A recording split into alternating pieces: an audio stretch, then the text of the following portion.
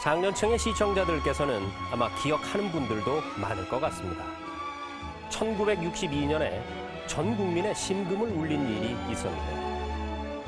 6년 동안 비가 오나 눈이 오나 나룻배를 저은 거리가 무려 3만 4천 리. 연약한 여인의 몸으로 그녀는 왜 하루도 거르지 않고 그 힘든 뱃길을 열어야만 했을까요? 오늘은 문화영화에 곁들여서 당시 대통령 부인 유경수 여사와의 애틋한 사연도 소개해드립니다. 자, 가슴 뭉클한 감동의 뱃길로 떠나보시죠.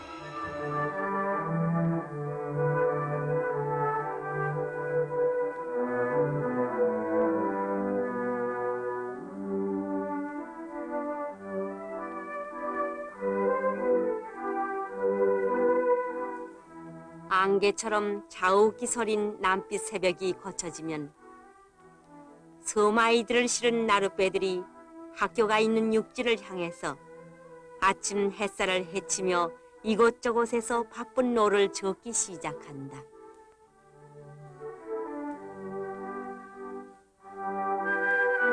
바다의 길은 육지와는 다르다.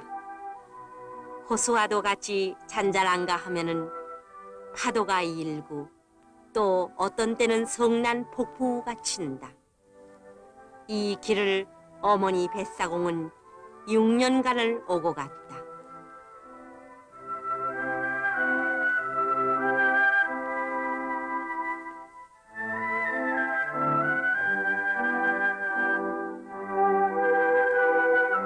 어머니 뱃사공이란 여수 남국민학교에 다니는 숙현이의 어머니 박순희 씨를 말한다.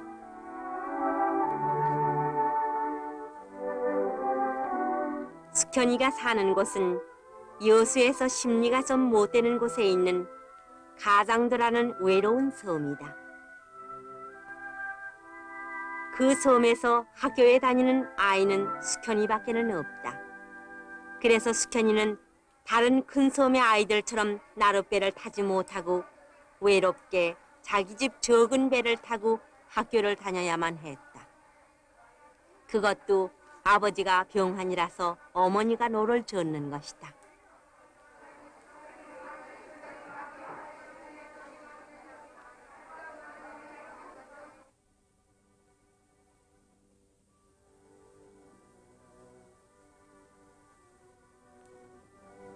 넓고 넓은 바다 위를 외로이 돌아가는 어머니의 뱃길은 조용하고 햇빛은 따사로우나 되돌아보는 세월은 아득하고 괴로운 것이었다. 가슴을 설레이면서 반대하는 남편 몰래 딸을 국민학교에 입학시키던 일도 어제만 같다.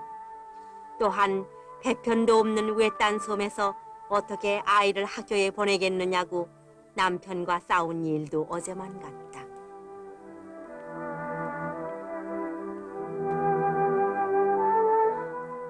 일 년, 2년, 3년, 그리고 5년.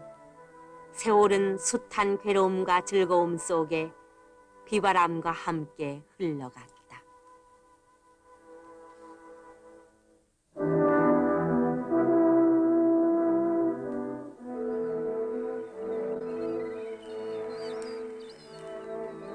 딸을 학교에 데려다주고 섬에 돌아오면은 벌써 한나절이 넘는다.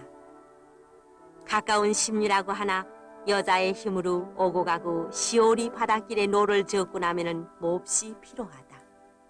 그러나 어머니는 한시도 쉴 사이가 없다.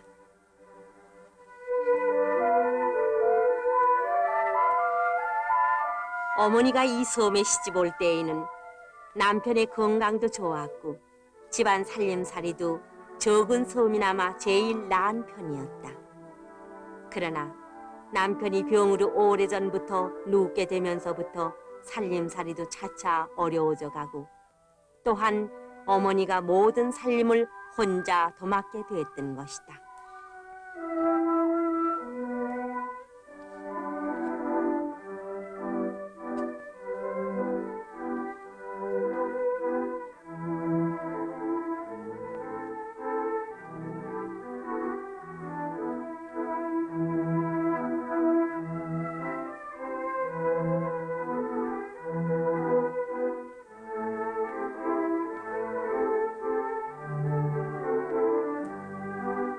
어려운 생활 속에서도 어머니의 유일한 낙은 무엇보다도 딸 숙현이가 다른 아이들처럼 학교에 다니는 것이었다. 다른 마을처럼 학교에 다니는 나룻배가 없다. 다른 아이들처럼 아버지가 돈을 벌지 못한다. 그런 것은 아무런 이유도 되지를 않았다. 다만 어떠한 일이 있더라도 딸 숙현이만은 자기처럼 까막눈을 만들고 싶지 않았던 것이다.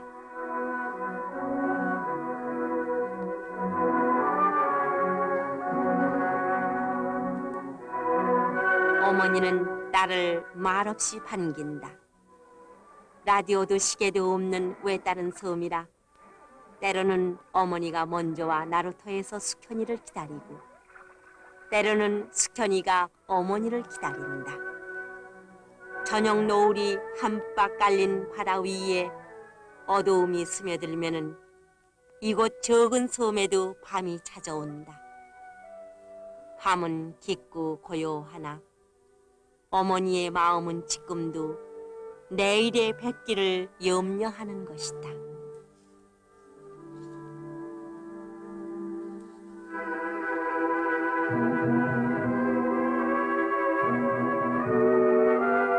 지난밤 썰물에 배가 모래밭에 얹히고 말았다. 밀물이 되어 배가 뜰라면은 아직 멀었다. 어머니는 학교 시간이 늦을까봐 걱정이다. 병든 아버지도 이런 날은 보고 있을 수만 없었다. 악을 쓰며 배를 밀어내는 모녀의 얼굴이라든지 먼 바다 위로 사라져가는 모녀의 뒷모습을 바라볼 때마다 아버지의 마음도 좋기 안타까웠다.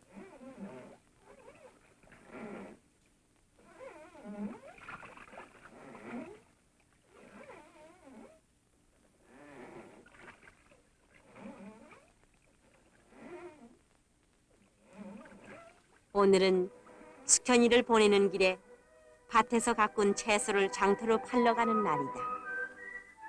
이런 날이면 숙현이는 무엇인지도 모르게 즐거웠다. 어머니 혼자 먼 바다 위로 돌아가는 것보다 이렇게 같이 고개를 넘는 것이 한없이 즐거웠다.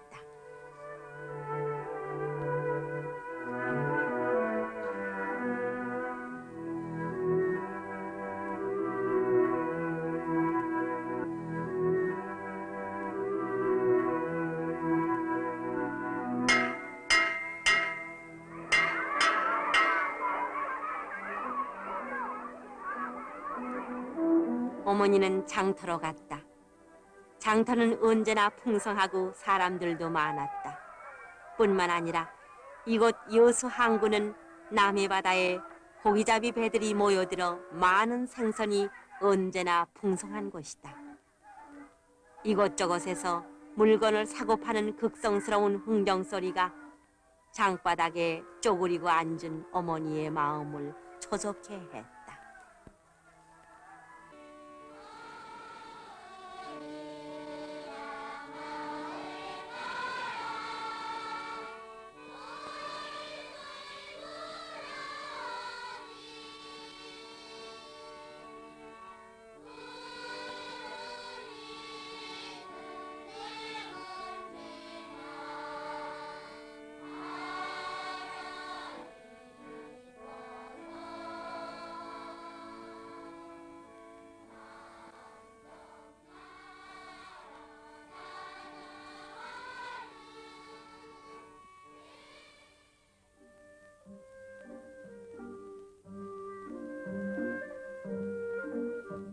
채소를 팔고 난 어머니는 먼저 남편의 약을 사야 했고 또한 오래도록 벼르던 숙현이의 신발을 오늘은 꼭 사야 했다.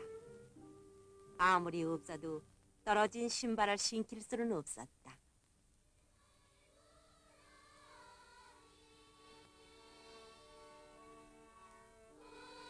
학교에서 흘러나오는 노래소리는 오늘도 어머니의 마음을 즐겁게 했다. 어머니의 발걸음을 한결 가볍게 했다.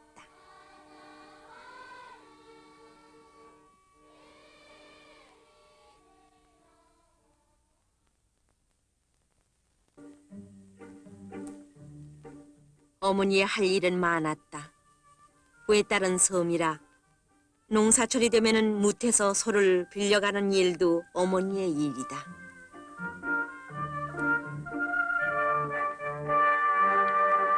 이 섬에는 벼를 심는 노는 없고 얼마 되지 않는 밭밖에는 없다. 그러므로 농사는 고구마와 보리를 심는 한편 당근을 갖고 장터에 가서 파는 것뿐이다.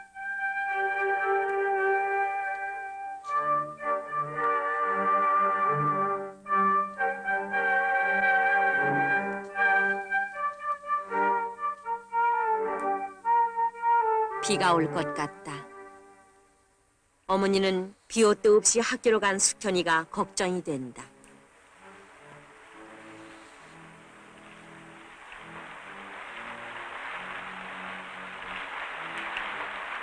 어머니의 일기예보는 틀림이 없다.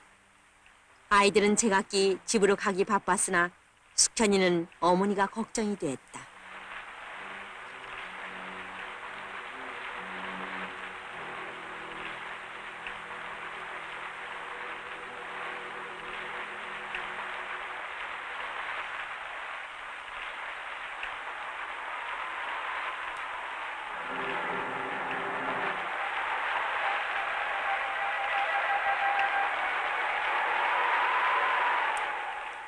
이런 날이면 담임 선생님은 의뢰의 숙현이를 나루터까지 바라다 준다.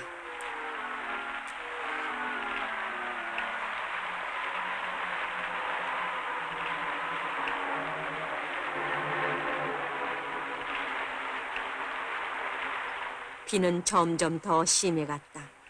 거기에다가 바람까지 불기 시작했다. 담임 선생님은 오늘은 파도가 심한 것 같으니 자기 집에 하루 저녁 자는 것이 좋겠다고 말했으나 어머니는 듣지를 않았다.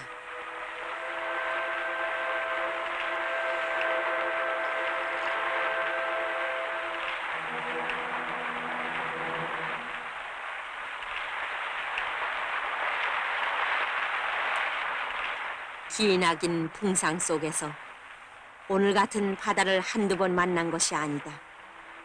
오직 내 딸을 내 손으로 내 집에 데리고 가고 싶은 생각뿐이다.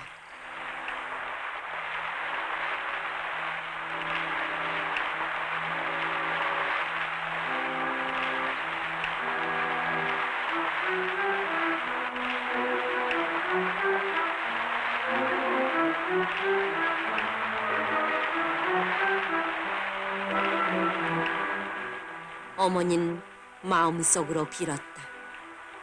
큰 바람만 불지 말아줬으면, 큰 물결만 일지 말아줬으면 하면서 있는 힘을 다해서 노를 지었다.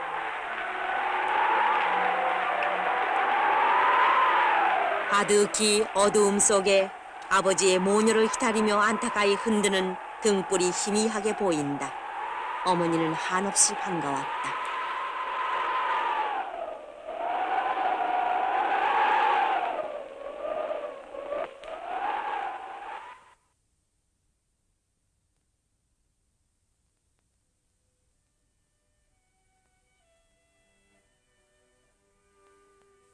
집에 돌아온 어머니는 비바람에 지쳐 아무런 말도 없다.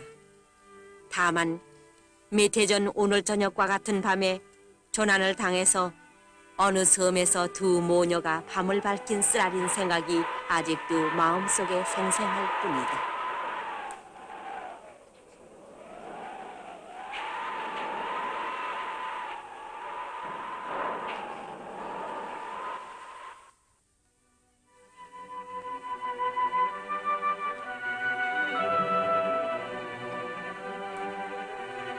날은 다시 밝았다. 바람은 잔잔하고 하늘도 맑았다.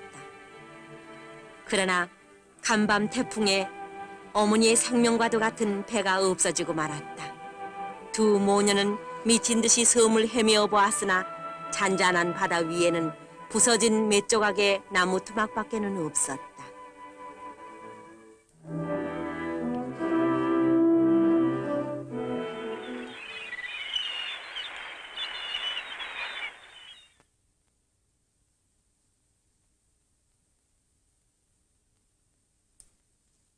숙현인 학교를 가지 못했다. 숙현인 언제 학교를 갈 수 있을지도 알 수가 없었다.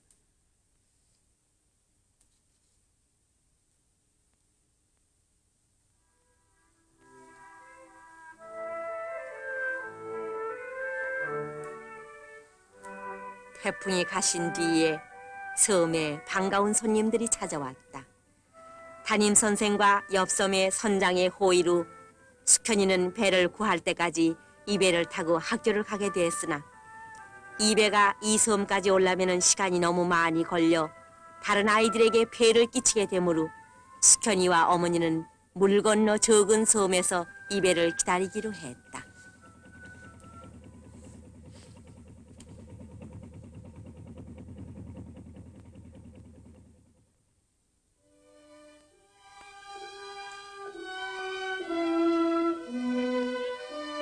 물 건너 적은 섬이란 숙현이의 섬의 옆섬인데 물때가 좋은 썰물이라야 건너갈 수가 있는 곳이다.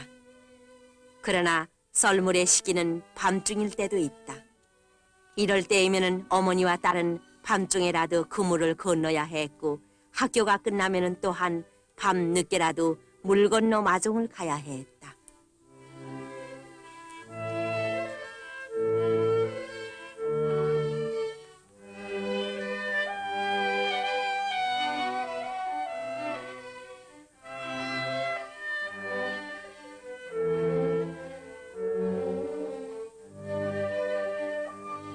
눈물과 고난의 세월 속에서 숙현이는 자라고 숙현이는 배운다. 어떠한 고난이 와도 어머니의 사랑이 지켜주는 한 숙현이는 행복하게 남과 같이 배울 수 있다.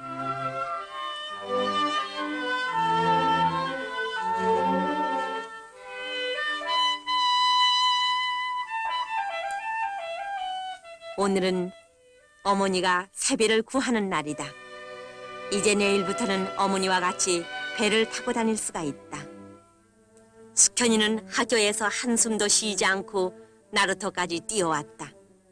어느 때보다도 노을이 짙은 나루터에는 벌써 어머니가 숙현이를 기다리고 있었다.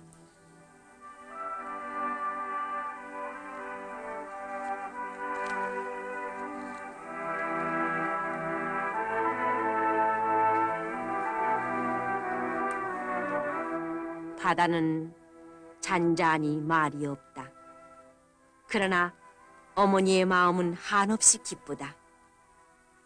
노를 젓는 손에도 힘이 생긴다. 남몰래 밤에 나와 노 젓는 연습을 하던 일은 벌써 옛날 얘기다. 지금은 지나가는 남자들의 뱃사공도 두려울 것이 없다.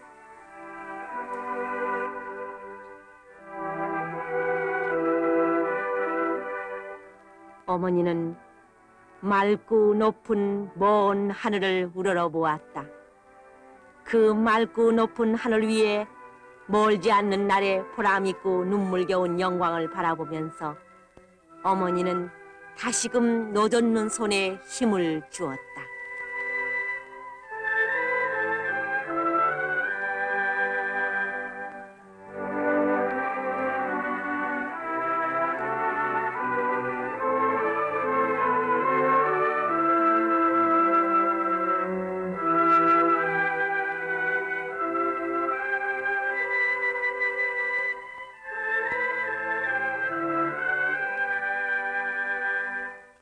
한편 여수에 도착한 박정리 의장은 여수대 동안 배를 저어 딸을 통학시킨 어머니 박승희 씨를 표창하고 부인 육여사가 보내는 선물을 전달했는데 알뜰한 보살핌에 힘입은 모녀는 감격에 벅차 있었습니다.